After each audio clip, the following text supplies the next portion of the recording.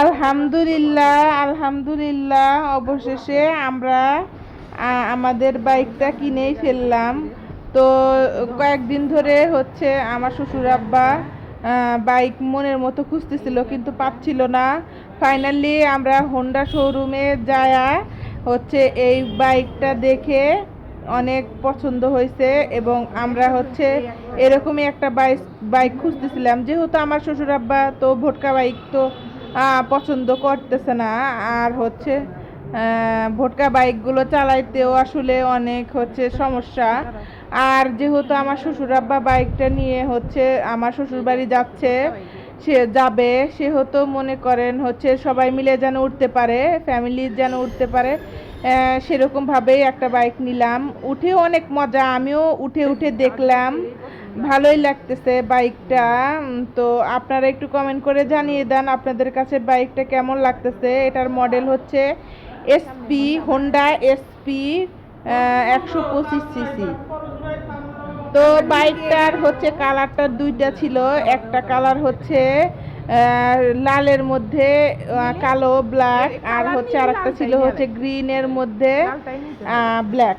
তো আমার মনে হলো যে লালটাই হচ্ছে আমার জন্য ঠিক, সেহেতু সেটার জন্য আমি গ্রিনটা নিলাম না। আসছিলই একদম নতুন, যেহেতু এই গাড়িটা আসছে আজকেই আসছে এবং আমরা এই গাড়িটার কথা আগে থেকে আমরা অর্ডার করে রাখছিলাম। এটার জন্যেই এই মডেলটা আমাদের কাছে অনেক ভীষণ পছন্দ হয়েছিল।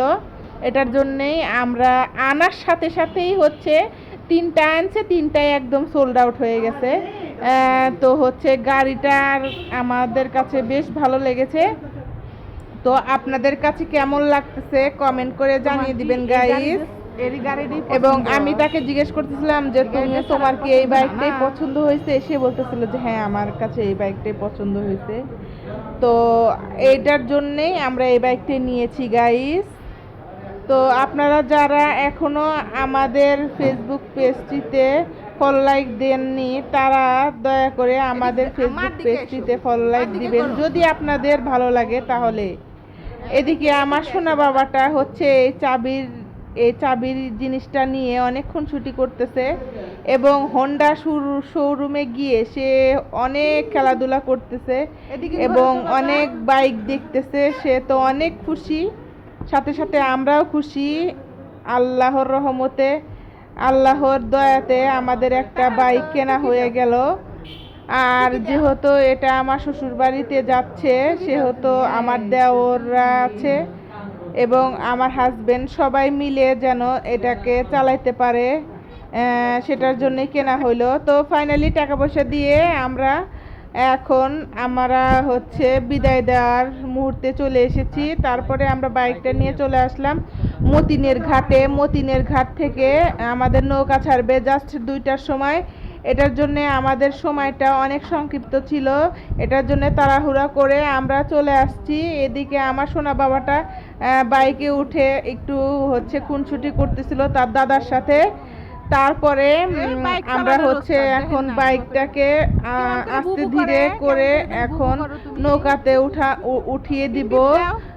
তো আপনারা কে কোন জায়গা থেকে আমাদের ব্লগটা দেখতেছেন আমাকে অবশ্যই কমেন্ট করে জানাবেন এবং হচ্ছে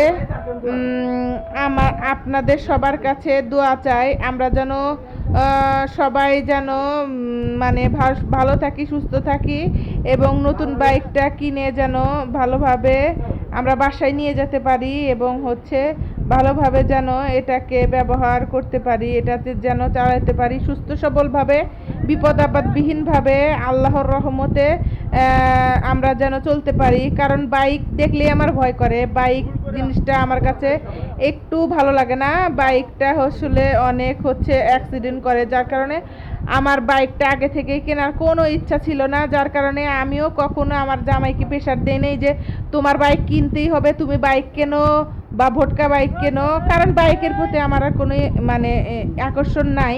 তো যেহেতু আমার শ্বশুর আব্বা এটা কিনলো, তো তো সেই জন্য আমিও দেখলাম যে যাই হোক শ্বশুর আব্বা যেহেতু একটা বাইক কিনলোই, ইনশাল্লাহ যখন আমি শ্বশুর বাড়িতে যাব তখন মাঝে মধ্যে একটু আমার হাজবেন্ডের সাথে ঘোরাফেরাও করা যাবে। তো যাই হোক আল্লাহ বাঁচিয়ে রাখলে ইনশাল্লাহ হবে।